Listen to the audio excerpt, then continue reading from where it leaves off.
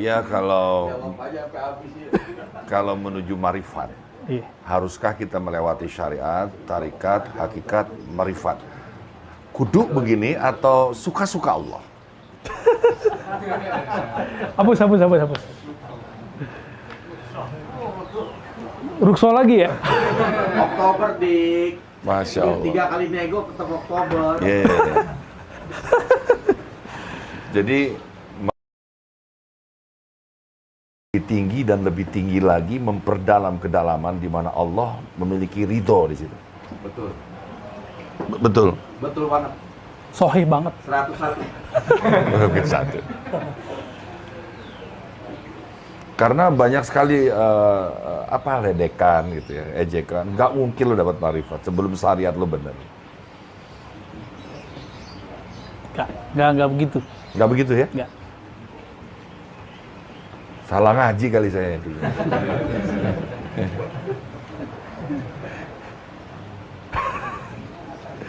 Sabar. Jadi orang di luar sana itu berpikir gini, kalau mau ngaji tasawuf, ngaji ma'rifat, harus beres dulu fikihnya. Harus benar dulu sholatnya. Loh, kita kapan benar sholatnya coba? Antum kapan sholatnya bakal benar gitu? Sampai mati juga nggak benar. Itu satu. Yang kedua, Nabi itu waktu di Mekah ngajarin syariat dulu atau ngajarin tauhid ma'rifat? Tauhid itu. Qul huwallahu ahad turunnya di Mekah kan? Ya enggak? Jadi ayat-ayat Makki, ini kalau orang barat aja udah neliti. Ayat-ayat yang turun di Mekah itu isinya tentang tauhid, ma'rifatullah. Ajib itu. Jadi mereka suruh kumpulin semuanya.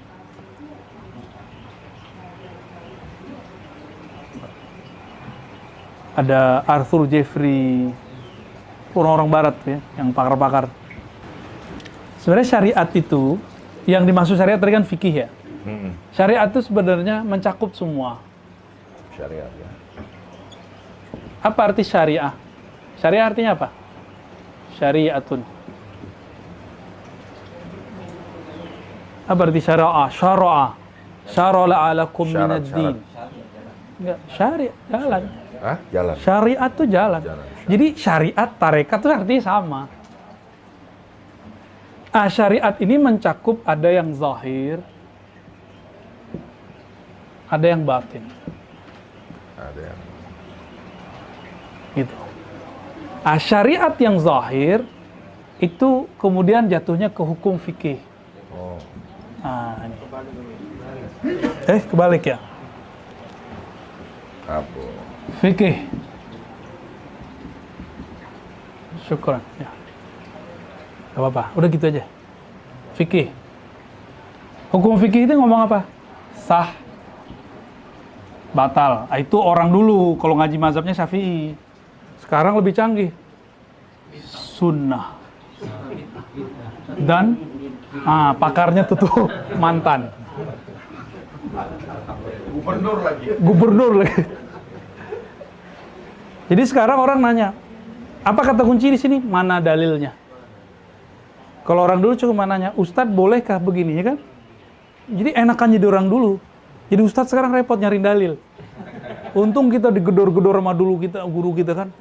Kalau nyebutin satu perkara, aneh kalau nggak nyebutin dalil, wah itu bisa dirobek-robek tuh kertas kita. Nyebutin dalil nggak boleh. Ya Syekh, ya Sidi Syekh.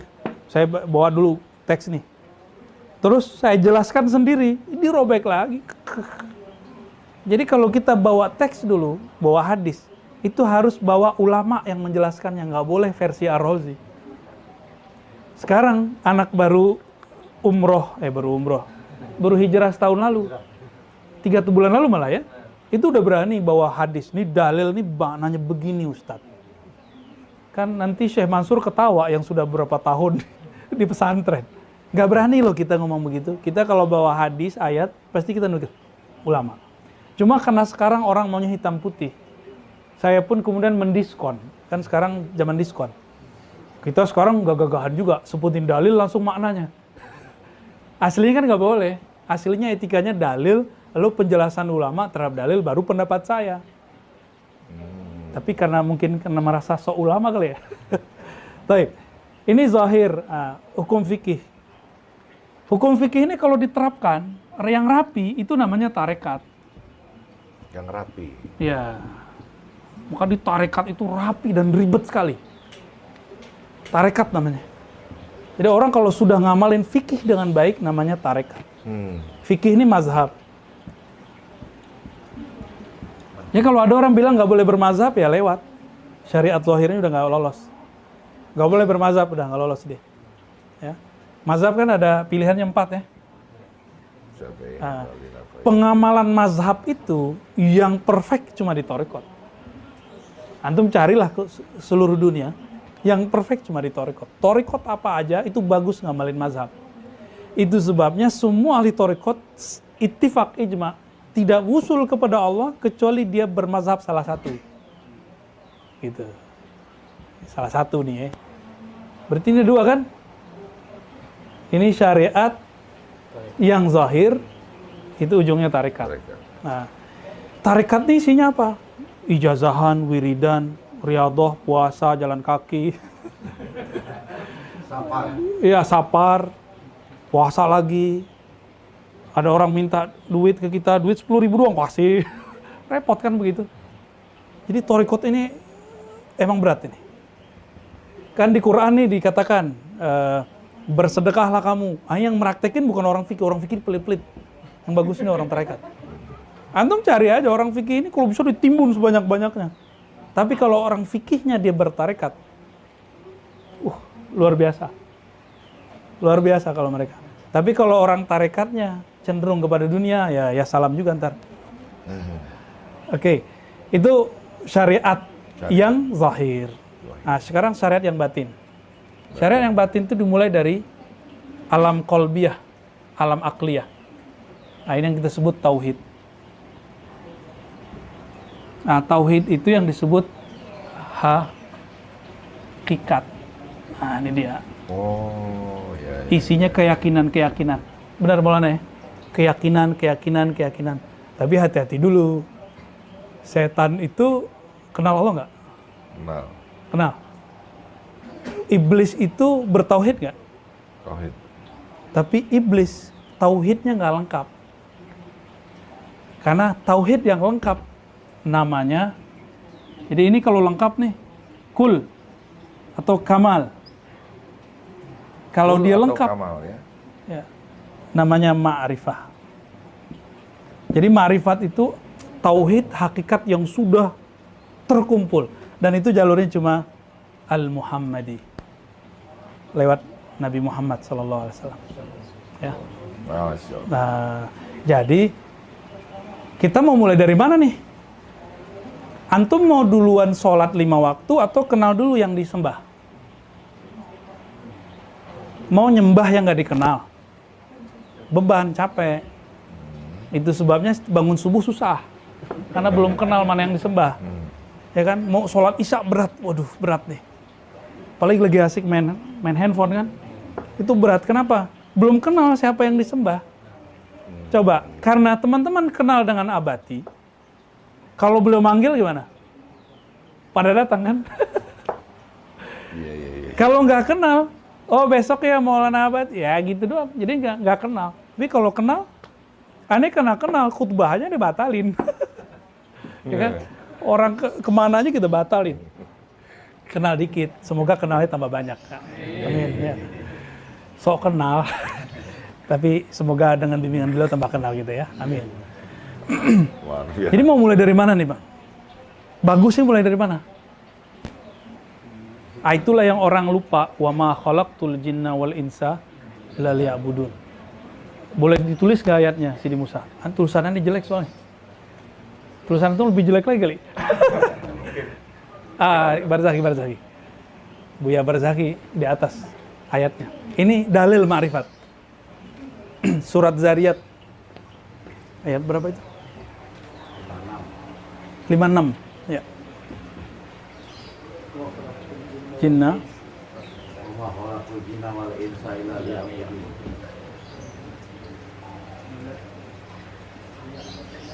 Canggih tulisan antum ya. Itu khot apa itu? Rita sama Ciputat. Hot MPA ini kayaknya nih. Khalaqtul jinna wal insa illa liya'budun. Ini ya. Yes. Baik, jazakallah khair. Coba, tidaklah aku ciptakan jin ya. Ma di sini tidak. Tidaklah aku ciptakan jin dan manusia kecuali ya'budun. Kalau orang ahli fikih nerjemahin ya'budun itu ritual. Sholat, makanya orang-orang tua-tua dulu kalau mesenin anak, nah jangan lupa sholat ya. Gitu kan? Benar nggak? Secara fikih benar. Tapi kalau orang ahli marifat nggak gitu. Nah jangan lupa Allah ya, gitu yang benar. Mungkin nggak saya, ya abudun itu kan kalau bahasa Melayunya sembah. Sembah itu artinya hormat. Bang Dik gak kenal saya, mungkin gak respect sama saya. Enggak. Pertama ketemu aja langsung, oh kayaknya yang di YouTube nih, ya kan? Ini tontonan istri gua nih. Karena kenal jadi connect. Coba gak kenal, respect gak sama saya? Saya juga gak respect sama Bang Dik kali kalau gak kenal. Sama. Nah, itu yang saya ceritakan. Jadi saya ngajar di satu kampus. Karena muka kita muka-muka S1 ya. Muka-muka S1, saya ngaku S1, S2 orang pasti percaya. Masih mahasiswa lah. Dia nggak tahu kalau kita dosen S3. Si satpam ini, ada 2 satpam. Saya parkir di situ, cuma pas keluar saya pakai sarung, kaget ya. Loh, ke kampus kok pakai sarung? Yang pertama nanya, mau kemana Pak? Mau ketemu teman saya Pak Direktur. Oh oke. Keluar, nyampe di belakang mobil, datang lagi satu, kamu mau kemana? Gitu. Waduh, kaget saya. Hari mau Jumat, kita mau khutbah, di samping itu ada masjid. Kamu tahu nggak siapa saya? Saya nanya pelan-pelan aja, kamu tahu nggak siapa saya? Nggak tahu. Saya dosen S3 di sini. Oh langsung disenyum, ampun. Mohon maaf Pak. Kayak gitu. Jadi saya nggak akan respect sama orang kalau saya nggak kenal. Jadi kenapa kita ini nggak pernah menghargai Allah? Karena kita nggak kenal Allah. Gitu. Nggak menghargai Allah itu kan menyebut dirinya anad dahru. Aku itu dahr, time. Jadi Allah membahasakan dirinya dengan waktu. Maka menghina waktu, menghina Allah. Bilang, kok saya hidup zaman sekarang, itu menghina Allah itu. Jadi jangan ngomong begitu. Itu udah takdir Allah ke kita. Tapi kan waktu bisa diminta cepat kan tadi? Oktober. Jadi Allah, kita itu nggak menghormati waktu. Enggak, jadi Allah apa? Allah adalah waktu. Anad dahr, aku adalah sang waktu. Wah, keren. Itu. Itu makanya banyak surat. Tapi bukan waktu kecil ya. Bukan W, tapi W besar. Itu makanya banyak surat Al-Fajr, Wad-Duha, Wal Asri. Dia juga itu. Demi aku yang bermanifest di waktu pagi, yang mengenalkan diriku di waktu sore, di waktu asar. Wah, keren, Gitu. keren. Nggak kenal Allah waktu subuh, Allah kenalin di waktu syuruk. Nggak kenal di waktu duha. Masya Allah. Itu tegur-teguran semua. Astagfirullah. Sok tahu aneh. Masya Allah, Masya Allah. Ya kalau konser kita udah tepuk tangan nih. Ya, Masya Allah. Terjawab nih semuanya, banyak rahasia-rahasia. Masya Allah, Masya Allah. Berkah guru kita Maulana Abad. Ya Allah, ya Karim. Udah jam berapa nih? Lanjut. Lanjut bacanya apa? Lanjut pertanyaannya. Dibaca dulu aja nih. Mana kitab aneh ini? Tadi itu di Bismillahirrahmanirrahim.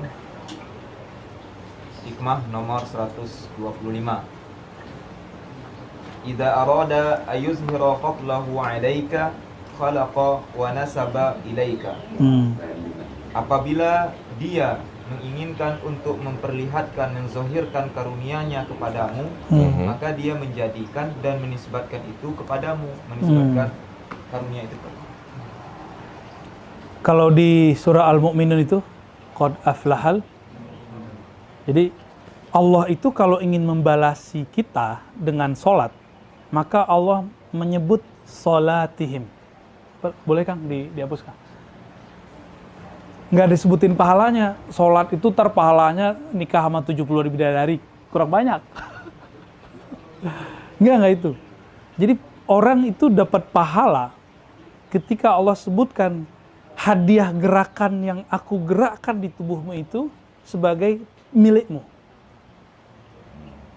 Kan kita nyebut inna salati wa nusuki wa mahyaya wa mati lillah. Salatku ya Allah, ini milikmu. Sekarang Allah terima, lalu dikembaliin ke kita. Allah kan nggak butuh salat kita. Allah butuh salat nggak? Maka di ayat keberapa itu? Qad aflahal mu'minun alladzina hum, ayat kedua, fi salatihim. Salatihim.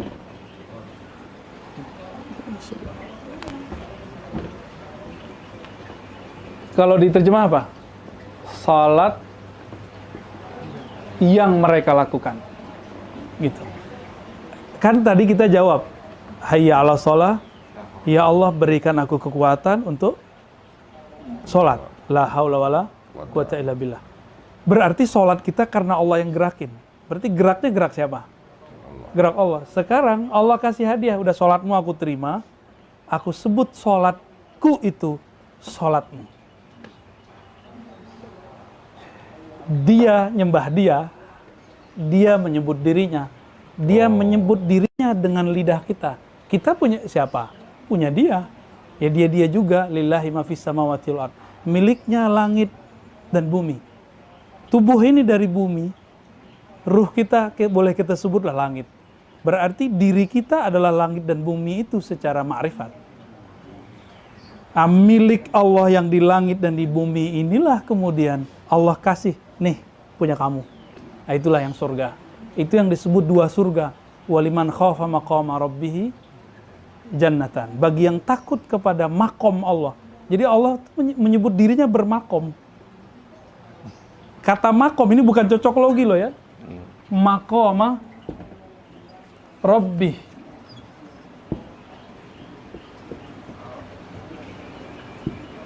Makomnya Allah apa arti makom? Bukan kuburan. Makom kan tempat berdiri, tempat kemuliaan. Salat kalimatnya apa? Aqim, qiyam, qom, makom. Maka disebut tempat Nabi Ibrahim berdiri itu makom Ibrahim. Nah, itu penandaan-penandaan ilahiyah itu yang ada kepada Sayyidina Ibrahim. Itu sebabnya. Apa bedanya? Saya salat ada bekasnya. Nabi Ibrahim ada bekasnya. Bedanya apa? Nah, itu dia. Makomnya waliman khafa maqama rabbih. Itu yang mana ya? Jadi ketika beliau sholat, dia merasakan siapa yang takut sungkan dengan makom Allah. Maka kakinya itu bergetar, berbekaslah itu. Bekasnya sampai hari ini bertahan. Wa ma lillahi baqiyah. Suatu yang dibuat karena Allah pasti berbekas.